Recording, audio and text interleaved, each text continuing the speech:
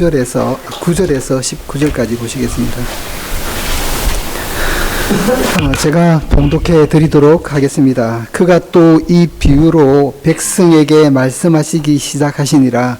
한 사람이 포도원을 만들어 농부들에게 새로 주고 타국에 가서 오래 있다가 때가 이름에 포도원 소출 얼마를 바치게 하려고 한 종을 농부들에게 보내니 농부들이 종을 몹시 때리고 그저 보내었거늘 다시 다른 종을 보내니 그도 몹시 때리고 능욕하고 그저 보내었거늘 다시 세 번째 종을 보내니 이 종도 상하게 하고 내쫓은지라. 포도원 주인이 이르되 어찌할까? 내 사랑하는 아들을 보내리니 그들이 혹 그는 존대하리라 하였더니 농부들이 그를 보고 서로 의논하여 이르되 이는 상속자니 죽이고 그 유산을 우리 것으로 만들자 하고 포도원 밖에 내쫓아 죽였느니라. 그런즉 포도원 주인이 이 사람들을 어떻게 하겠느냐? 와서 그 농부들을 진멸하고 포도원을 다른 사람들에게 주리라 하시니 사람들이 듣고 이르되 그렇게 되지 말아지어다 하거늘 그들을 보시며 이르시되 그러면 기록된 바 건축자들의 버린 돌이 모퉁이의 머릿돌이 되었느니라 함이 어찌미냐? 무릇 이 돌 위에 떨어지는 자는 깨어지겠고 이 돌이 사람 위에 떨어지면 그를 가루로 만들어 흩으리라 하시니라. 19절 서기관들과 대제사장들이 예수의 이 비유는 자기들을 가리켜 말씀하심인 줄 알고 즉시 잡고자 하되 백성을 두려워하더라. 네, 반갑습니다. 이 말씀 가지고 하나님의 대단한 인내라고 하는 제목으로 말씀을 드리겠습니다. 어떤 사람이 부모님께 유산을 좀 물려받았고 그 유산을 가지고 자기가 사업을 또 열심히 해서 해운대 달맞이 고개에 땅을 매입하고 거기에다가 몇 층의 빌딩을 짓고 그리고 빌딩을 짓자마자 각 층마다 분양이 다 끝나게 되었고 이제 자기는 이제 평생 사무실 임대 수입으로 평생 먹고 살 계획이었습니다. 그 즈음에 자기의 사랑하는 아들이 미국 유학을 가려고 해서 미국 유학을 가게 되었고 자기도 아들을 뒷바라지할 겸 미국에 살고 싶은 마음도 있어서 미국으로 같이 따라갔습니다. 그래서 해운대 빌딩의 거기는 관리인을 뽑아서 그 매월 일정 금액의 임대 수입을 자기가 받고 그렇게 송금 받으면 되겠다 싶어서 관리인을 모집을 했습니다. 최종적으로 좀 덩치도 좋고 또 관리를 잘 해줄 것 같은 한 사람을 뽑았고 그리고 그 사람에게 자기 빌딩에 아주 꼭대기에 있는 높은 층에 있는 전망 좋은 오피스텔을 제공을 했고 거기서 살면서 지내면서 관리비를 잘 받아서 그 자기의 월급을 제하고 나머지는 자기에게 송금해 달라고 부탁을 하고 미국으로 떠나게 됩니다. 근데 여기서 문제가 생깁니다. 미국에 가서 한 달이 지나고 두 달이 지났는데 빌딩 임대 수입이 통장으로 들어와야 되는데 한 푼도 들어오지 않는 겁니다. 송금을 안 해줄 뿐더러 이 관리인이 전화도 안 되고 카톡도 안 되고 메일도 안 되고 그런 상황이었습니다. 그래서 나중에 알고 보니까 이 관리인이 좀 전직, 좀 조폭, 나쁜 일을 하는 그런 사람이었다고 합니다. 답답한 건물주는 해운대에 살고 있는 자기 고등학교 친구에게 연락을 해서 거기 한번 가보라고 이야기를 했습니다. 그래서 이 친구가 갔는데 그 사람하고 이렇게 얘기하다가 시큰 욕만 얻어먹고 돌아왔다고 전해줍니다. 그래서 이번에는 경주에 있는 자기 동생에게 가서 가보라고 했는데 그 동생도 그 관리인을 만나서 막 이렇게 심하게 다투고 이야기하다가 한 대 얻어맞고 그래 돌아왔다고 그래 전해줍니다. 그리고 얼마의 시간이 흐른 후에 자기 아들이 여름 방학이 되어서 미국에서 한국으로 갈 일이 있어서 자기 아들에게 이 건물에 가서 관리인을 좀 만나서 이게 어떻게 됐는지 좀 알아보라고 이야기를 했습니다. 그래서 아들이 여름 방학 때 한국에 와서 이 관리인을 만났고 그 사람과 따로 바깥에서 이야기를 하던 중에 관리인이 그만 이 아들을 칼로 죽였다는 그런 이야기가 있습니다. 만약 여러분이 건물주라고 한다면 여러분이 이 관리인을 어떻게 하시겠습니까?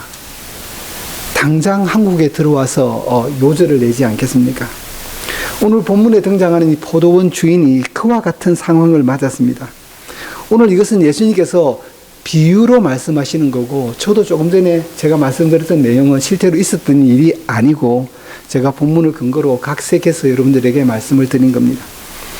예수님께서 지금 이것을 비유로 말씀하시고 있지만 이 비유가 얼마나 현실적이냐 하면 이 당시에 이스라엘 땅에는 전쟁이 많이 일어나기 때문에 외국인 지주들이 이 소작농들에게 땅을 구매를 해서 포도원의 소작농들에게 맡기고 자기는 안전한 곳에 있다가 소작료만 이렇게 받는 그런 일들이 많았다고 합니다. 그래서 이 비유가 현실 상황과 너무 흡사했기 때문에 이게 비유인지 실제인지 모를 정도 헷갈렸다고 이렇게 말을 합니다. 이 비유를 듣고 여러분들이 꼭 알아야 될 게 뭐냐면 포도원 주인이 누구일까요? 하나님을 상징합니다. 그리고 포도원의 농부들은 1차적으로는 이스라엘의 종교 지도자를 상징합니다. 그런데 2차적으로는 바로 우리들의 모습을 상징하고 있습니다. 그리고 세 번째, 이 포도원의 종들은 하나님께서 보내신 선지자들을 상징합니다. 그리고 그 사랑하는 아들은 바로 우리를 위해서 십자가에 죽으신 예수 그리스도를 상징합니다. 여러분, 정말 참 신기한 것은요, 예수님이 정말 이 간단한 비유로 이스라엘의 전체 구속의 역사, 이스라엘을 구원하려고 하는 그 구원의 역사를 아주 간단하게 설명하고 있으십니다. 하나님은 계속해서 그의 종들을 이스라엘 역사 가운데 보내주셨습니다. 그리고 사랑하는 아들까지 보내주셨습니다. 그래서 그 아들을 죽이는 이스라엘의 모습들을 이 짧은 비유를 통해서 설명해 주고 있습니다. 이스라엘 백성들은 하나님의 종들을 끊임없이 때리고 능멸하고 죽이는 역사를 가지고 있었습니다. 오늘 본문의 내용은 우리가 읽었듯이 아주 간단합니다. 포도원 주인이 포도원을 농부들에게 맡겨놓고 타국에 갔고 얼마의 시간이 지난 후에 소출을 얻으려고 첫 번째 종을 보내고 두 번째, 세 번째 종을 보내고 마지막으로 자기 아들을 보냈지만 농부들에 의해서 능멸을 당하고 충입을 당한다는 내용이 오늘 본문의 내용입니다. 그런데 여러분, 오늘 본문을 읽다 보면 한 가지 이해할 수 없는 것이 있는데요. 왜 포도원 주인은 저렇게 알고도 속을까요? 알면서 계속해서 자기의 종들을 보내어 주실까요? 결국은 자기의 아들까지 잃어버리시면서까지 저 사악한 농부들에게 계속해서 기회를 주시고 종들을 보내주실까 하는 것입니다. 앞에서 말씀드렸듯이 포도원 주인은 하나님을 상징합니다. 하나님은 왜 자기의 종들이 저렇게 죽어가는 모습을 보시면서 계속해서 이 농부들에게 자기의 종들을 그리고 사랑하는 아들마저 보내어 주시는 것일까요? 포도원 주인 되시는 하나님이 만약 정상적인 분이라고 한다면 하나님은 지금 참으시는 것입니다. 그렇다면 하나님의 인내는 정말 대단한 것입니다. 오늘 우리는 본문을 통해서 하나님의 인내가 어느 정도인지, 하나님의 인내가 얼마나 깊은지 그것을 알아야 되겠고, 또 하나는 그렇게 하나님께서 인내하시는 이유가 뭔지를 오늘 본문이 우리에게 말해주고 있으며, 마지막 세 번째로 하나님의 깊은 인내가 영원히 계속되지 않는다는 것, 인내에 한계가 있다는 것을 오늘 본문이 우리들에게 말씀해주고 있습니다. 그래서 저는 이것을 근거로 여러분들에게 하나님의 대단한 인내에 대해서 말씀을 드리고 있는 것입니다. 첫 번째, 우리가 하나님이 우리를 위해서 참으시는 그 인내의 깊이를 알아야 합니다. 하나님이 어느 정도 우리를 위해서 참아내시는지 그 인내의 깊이를 알아야 한다는 말입니다. 애초 우리 포도원 주인의 요구는 정당했습니다. 그는 최선을 다해서 포도원을 만들었습니다. 그의 포도원은 그의 땀과 열정이 담겨져 있는 정말 멋진 포도원이었습니다. 그는 이 포도원을 울타리를 쳐서 아주 멋지게 만들었고, 거기에 즙을 짜는 구유도 만들어 놓았고, 높은 망대를 지어서 포도원을 아주 완벽한 상태로 만들었습니다. 그래서 그는 타국에 잠시 가게 되면서 농부들에게 이 포도원을 부탁하고 떠났던 것입니다. 포도원 주인이 떠난 지 한 몇 년이 흘렀습니다. 율법에 의하면 한 5년 정도 흘렸다고 합니다. 이스라엘 레위기 19장 23절 25절을 보면 포도원의 소출이 한 5년 정도 되어야지만 소출을 딸 수 있다는 그런 율법이 있었습니다. 그래서 아마 학자들은 한 5년 정도의 세월이 흘렀을 것이라고 생각이 됩니다. 그래서 근데 이 5년이 되기 전까지는 포도원 주인이 이 포도원 농부들에게 그 경제적인 지원까지 해줘야 되는 게 유대인들의 율법이었습니다.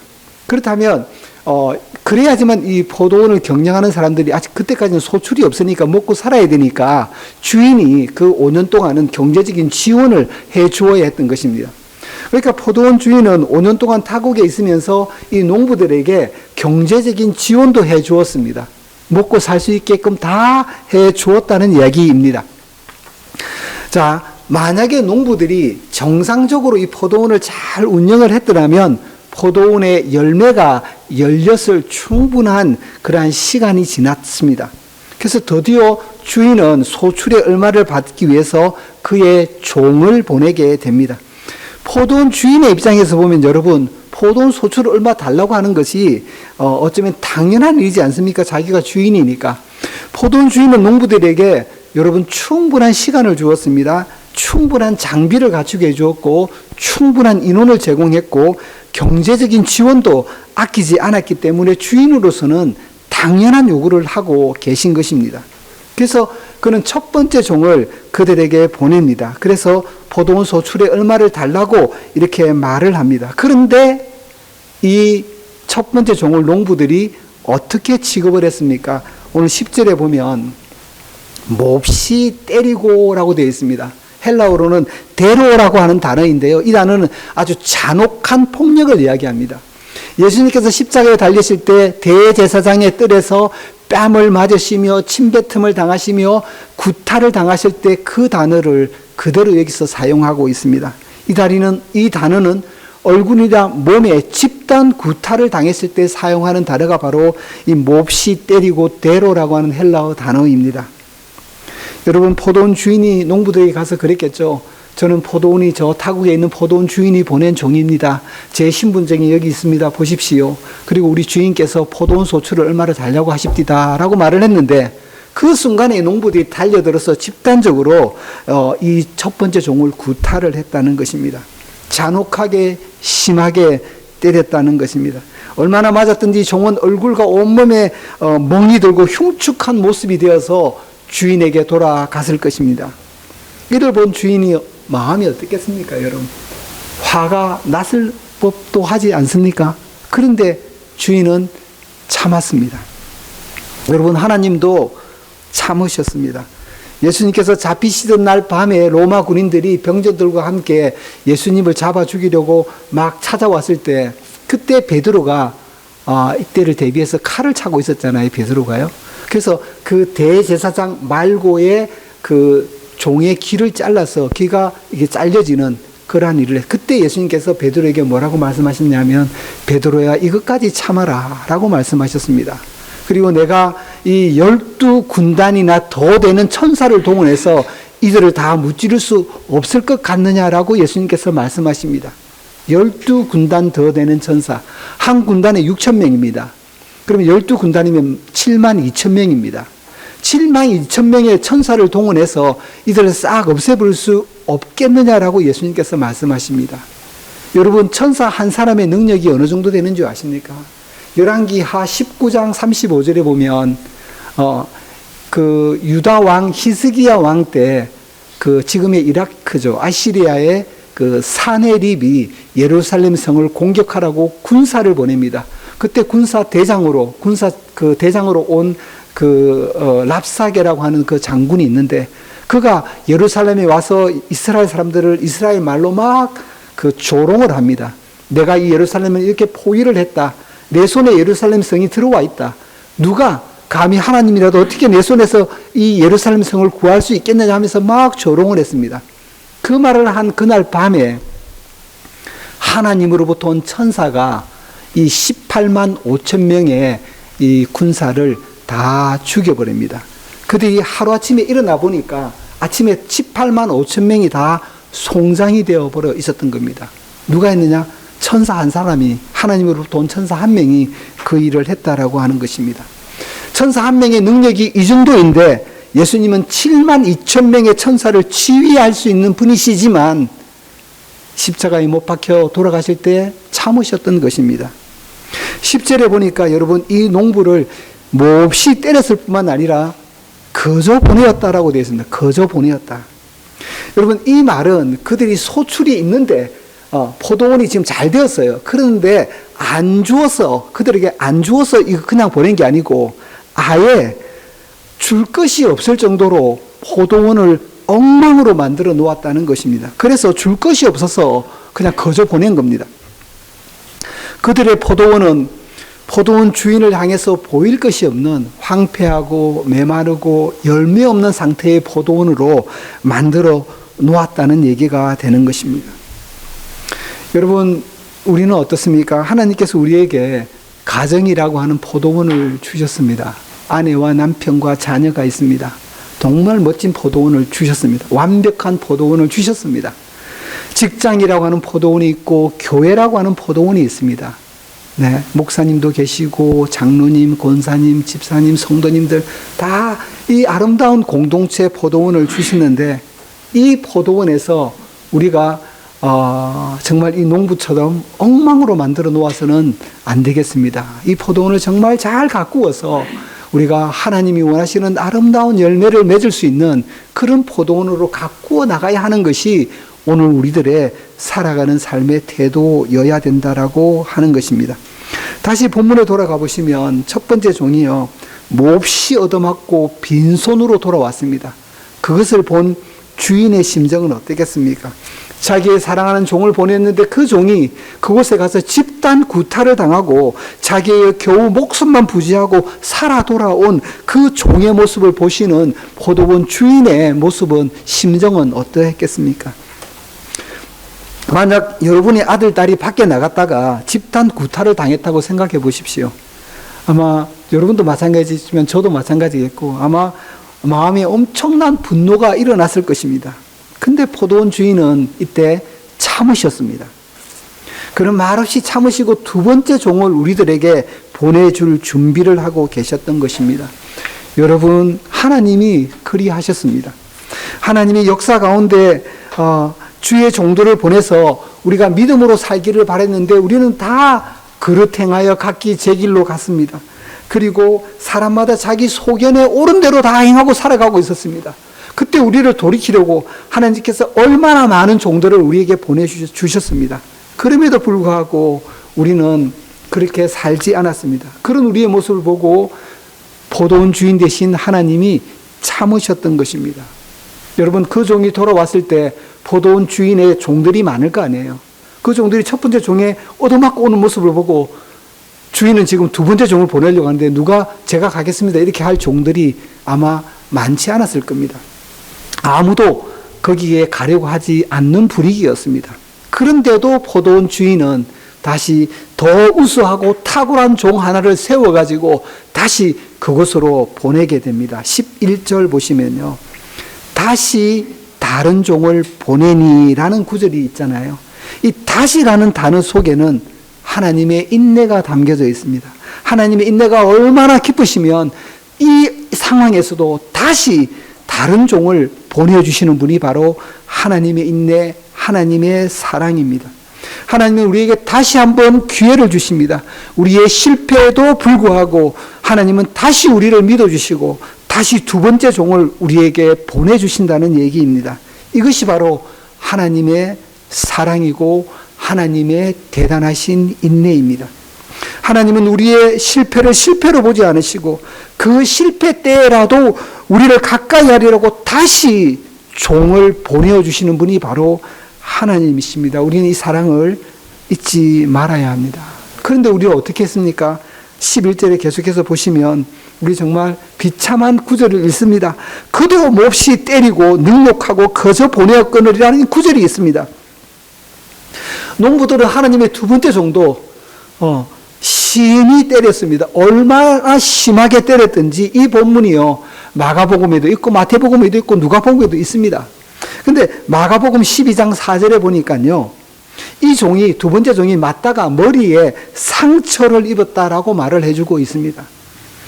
내 손상을 입었는지 내 출혈을 당했는지 두개골이 함몰이 되었는지 알 수는 없지만 이 두 번째 종은 하나님의 부름을, 포도원 주인의 부름을 받고 포도원 주인의 종이 되어서 주인의 명령에 의해서 여기까지 왔지만 이제 육체적인 장애를 딛고 살아가야 되는 그런 형편이 되어버렸던 것입니다. 그 두 번째 종이 정상인으로 갔다가 장애인이 되어서 자기에게 돌아오는 그 종의 모습을 바라보는 포도원 주인의 마음이 어떠했겠습니까? 그 상황에서 포도원 주인은 또 참으셨습니다. 여러분, 여러분의 자녀가 친구를 도우러 갔다가 그 친구로부터 얻어맞아서 장애인이 되어 돌아왔다면 여러분의 심정이 어땠겠습니까? 포도원 주인의 심정이 바로 그러했다는 것입니다. 얻어맞고 뇌에 심각한 상처를 입고 돌아온 종의 모습을 바라보시는 하나님의 심정은 어땠을까요? 하나님은 참았습니다. 우리 같으면 감당을 못하겠죠. 막 부글부글 분노가 일었을 것입니다. 그러나 하나님은 그렇게 하지 않으셨습니다. 오히려 하나님은 천국에서 그 두 번째 종을 치료해 주시며 세 번째 종을 보내줄 준비를 하고 계셨던 것입니다. 세 번째 종을요. 여러분, 포도원 주인의 종들이 가만히 한번 생각해 보세요. 포도원 주인 첫 번째 종이 가서 그 상태로 돌아옵니다. 두 번째 종이 또 그 상태로 돌아옵니다. 아무도 이제 거기에 가려고 하지 않는 분위기였습니다. 그런데 포도원 주인은 그 종들 가운데 그래도 더 신실하고 탁월한 종을 또 골라서 세 번째 종을 다시 이 농부들에게 보내고 있습니다. 12절에 보니까 다시 세 번째 종을 보내니라는 구절이 나옵니다. 여러분, 여기에 다시라고 하는 단어를 주목해 보시기 바랍니다. 다시 한번, 여기에 하나님의 인내가 얼마나 깊은지, 하나님의 인내가 얼마나 대단한지를 보여주고 있는 단어가 바로 다시라고 하는 단어입니다. 하나님은 우리를 위해 오래 참으사 세 번째 종을 우리를 위해 다시 보내어 주셨습니다. 그러나 결과는 여러분들이 아는 대로 12절에 보니까 그 세 번째 종도 상하게 하고 이번에는 내쫓아버렸다고 말을 합니다. 이제는 상하게 하는 일은 예사일이 되어버렸습니다. 그리고 같은 비유를 말하고 있는 마가복음 21장 35절에는 돌로 치는 일까지 했다라고 하는 것입니다. 사람들이 어쩜 이렇게 악해지는지요. 점점 더 강해집니다. 악행을 한 번 하고 나면 두 번째, 세 번째, 그게 이제 익숙해가지고 더 심한 악행을 지르고 있는 모습을 보게 됩니다. 역사가 흘러갈수록 사람들은 하나님의 종들을 보는 태도가 점점 더 사악해지고 있는 모습을 보게 됩니다. 실제로 이스라엘 역사에서 여러분, 얼마나 하나님께서 많은 종들을 보내주셨는지 모릅니다. 하나님께서 엘리야를 보내주셨습니다. 이세벨 왕비의 군사들에 쫓겨서 광야로 도망가는 신세가 되었습니다. 하나님께서 이사야를 보내줬습니다. 그러나 전통에 의하면 이사야는 몸이 톱에 잘리는 그러한 일이 있었다고 합니다. 하나님께서 스가랴를 보내주셨는데 스가랴는 제단 근처에서 목이 잘려 돌에 맞아 죽었습니다. 하나님이 세례 요한을 보내주셨습니다. 세례 요한은 목베임을 당했습니다. 하나님께서 스데반을 보내주셨습니다. 스데반은 돌에 맞아 죽었습니다. 어디에 이들 뿐이겠습니까? 하나님께서 이스라엘 역사 가운데, 아니 우리 생애 가운데 얼마나 많은 종들을 보내주셨는지 모릅니다. 그러나 그들을 희롱하고 채찍질하고 결박하고 옥에 가두고 돌을 던지고 톱으로 자르고 사자밥이 되게 하고 칼에 죽게 하는 그런 엄청난 많은 일들이 있었다고 하는 겁니다. 세 번째 종이 그 상태로 주인에게 돌아왔습니다. 그는 돌에 맞아 피투성이가 되어서 주인에게 돌아왔다는 것입니다. 이쯤 되면 여러분, 주인이 화가 날 만도 합니다. 그런데 주인의 입에서 13절에 보니까 어찌할까 이런 말을 합니다.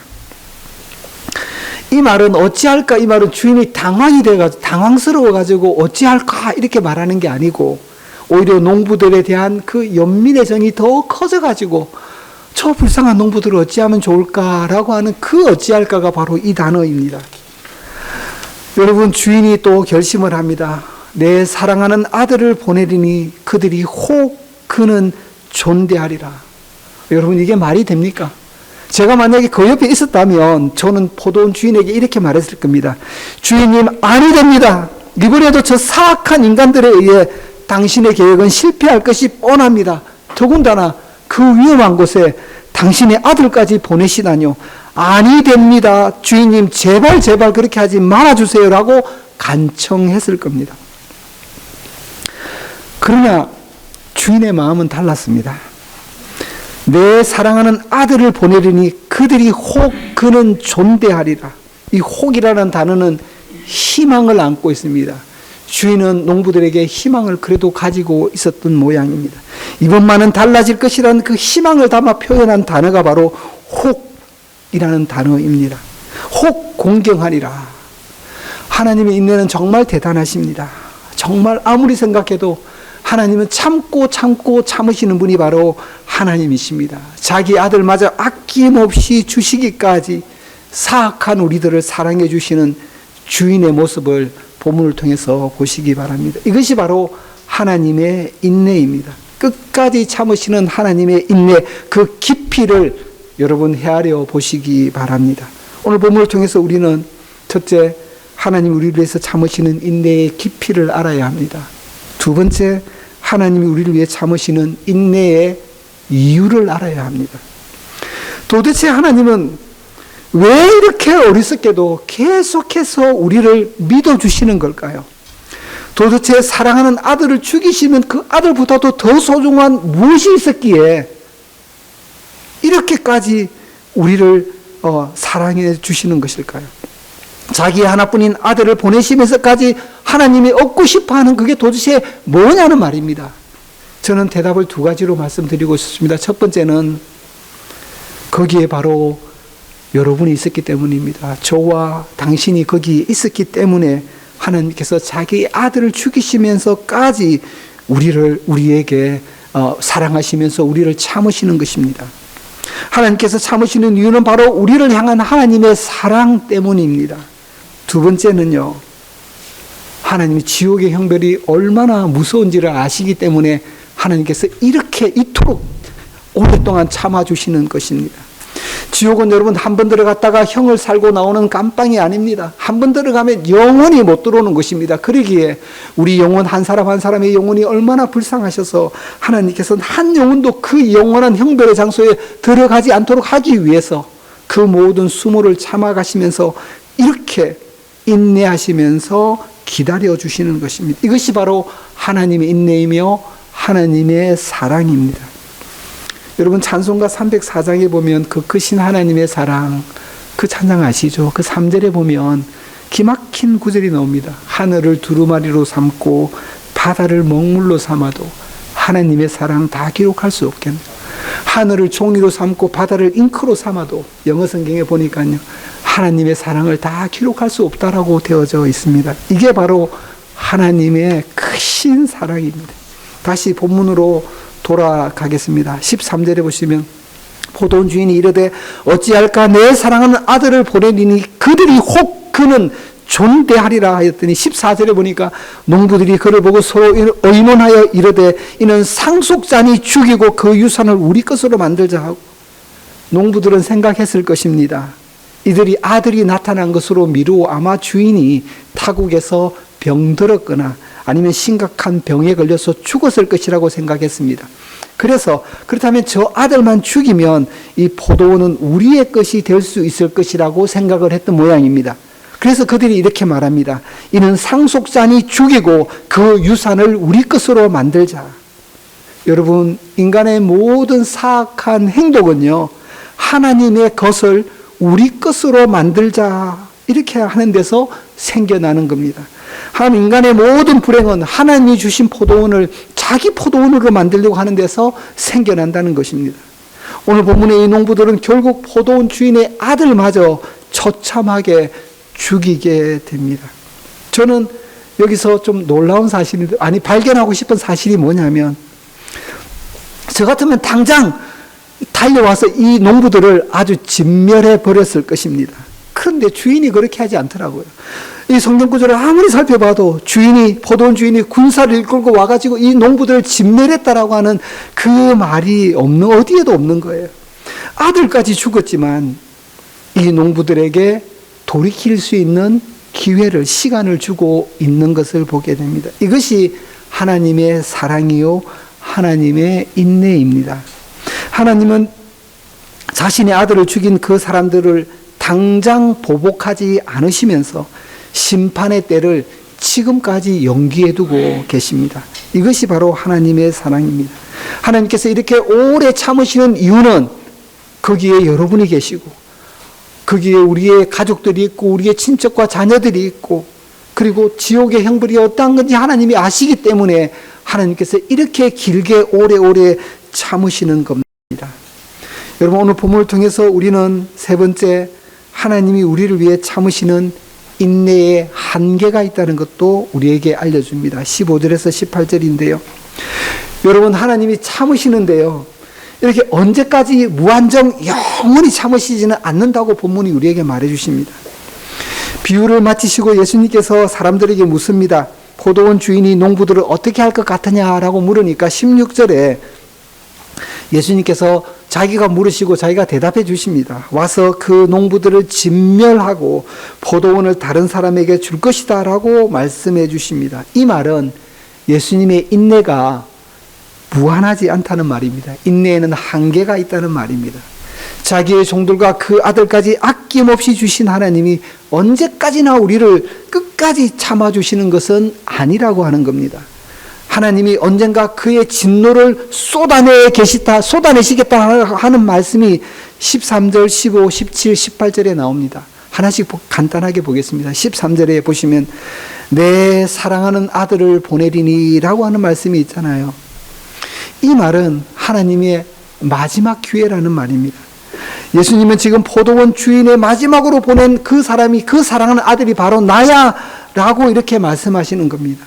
하나님의 마지막 기회로 오신 분이 바로 자기의 사랑하는 아들 예수님, 예수 그리스도이십니다. 하나님이 우리에게 보내는 마지막 신호라고 말씀하시고 있는 겁니다. 마지막이라는 말은 끝이 있다는 얘기입니다. 15절에 볼까요? 15절에 보면 포도원 밖에 내어 쫓아 죽임을 당했다라고 하는 구절이 있습니다. 예수님이 정말 자신이 그렇게 예루살렘 성 바깥으로 쫓김을 당하셔 거기에 골고다 언덕에서 십자가에 못 박혀 돌아가셨습니다.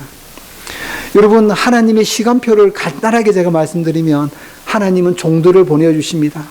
그 종들이 안 되자 자기 아들 예수 그리스도를 보내주십니다. 그리고 나서 미래에 하나님의 심판이 있을 것입니다. 우리가 지금 살고 있는 2026년은요, 하나님의 종들을 보내주셨고 2000전에 예수 그리스도를 보내주셨고, 그리고 마지막에 하나님의 심판이 있기 그 사이를 우리가 어느 시점에 살아가고 있는 겁니다.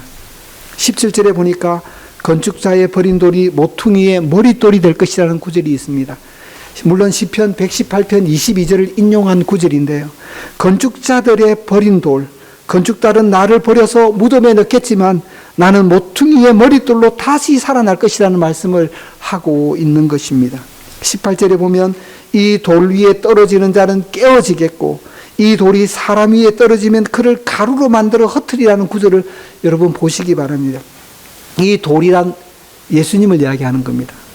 이 돌 위에 떨어지는 자는, 예수님을 거부하는 자는 깨어지겠고 심판을 받겠다고 말씀하십니다. 그리고 이 돌이 사람 위에 떨어지면, 즉 예수님께서 언젠가 사람들 위에 오시게 되면 저를 가루로 만들어 흩으리라, 하나님의 진노를 쏟아붓겠다라고 말씀을 하시는 겁니다. 여러분, 성경은 여러 군데 이 날에 대해서 말씀하고 있습니다. 하나님의 인내가 그치는 날, 하나님의 인내가 종주부를 찍는 날, 그날이 곧 다가올 것이라고 말씀해주고 있습니다. 이때 예수님을 거부하는 자는 그동안 하나님이 참으신 하나님의 진노를 경험하게 될 것입니다. 요한계시록이 그게 다 그 내용을, 하나님의 진노에 대해서 설명하고 있잖아요. 결론적으로 말씀드리겠습니다. 여러분, 하나님의 인내가 없었다면 저와 여러분은 이 자리에 없었을 것입니다.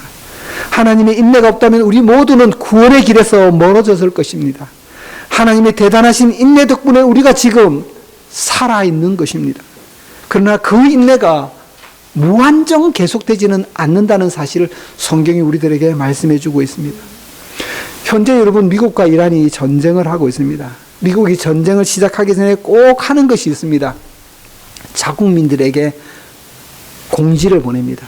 최대한 빠른 시간 내에 모든 수단을 동원해서 이란을 벗어나라, 이렇게 말을 합니다. 그리고 자국민들이 이란을 다 벗어난 것을 확인한 이후에 전쟁을 시작을 합니다. 여러분, 하나님도 마찬가지입니다. 하나님도 자국민, 하나님의 백성을 안전한 곳으로 대피시킨 이후에 그의 진노를 이 땅에 쏟아 놓으십니다.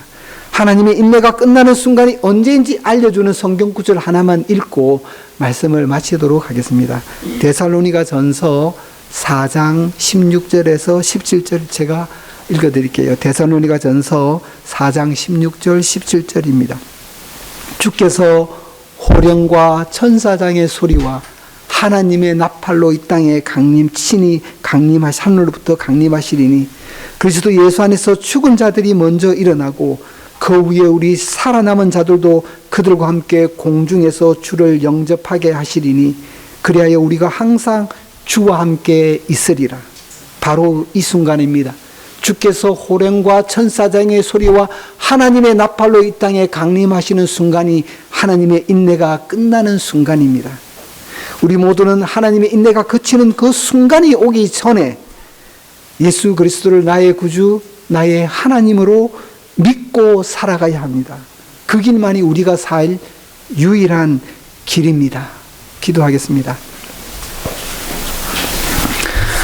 하나님 아버지, 오늘 예수님께서 우리에게 해주신 포도 농부의 비유를 통해서 하나님의 인내가 얼마나 대단하신지, 그 인내의 이유는 우리를 사랑하시며 또 지옥이 얼마나 무서운 형벌인지 알아서 그 형벌에 우리가 들어가지 않기를 바라는 마음에서 이렇게 오랫동안 끝까지 참아주시는 하나님의 대단하신 인내에 대해서 배웠습니다. 그러나 이 인내가 영원히 지속되는 것이 아니라 언젠가 인내가 그치는 날이 오게 될 터인데, 그때가 되기 전에 우리가 다시 한번 예수 그리스도를 나의 주, 나의 하나님으로 믿으며 굳건하게 믿음 가운데 살아가는 저희들이 될 수 있게 인도하여 주시옵소서. 예수님의 이름으로 기도하옵나이다. 아멘. 네. 축도하면서 제가 마치도록 하겠습니다. 지금은 포도원 주인 되신 하나님 아버지의 대단하신 인내와 극진하신 사랑과 우리를 위해서 십자가에 달려 돌아가 주신 예수 그리스도의 그 크신 은혜가, 주님이 인내가 그치는 날 그 순간이 오기까지 우리를 이끌어 가시는 성령님의 감화 감동 역사하심이 오늘 이 말씀을 듣고 하나님 주신 포도원을 더 아름답게 가꾸기를 마음속에 소원하고 다짐하며 결심하며 돌아가는 우리 모든 성도들에게 지금부터 영원토록 함께하시기를 간절히 축원하옵나이다. 아멘.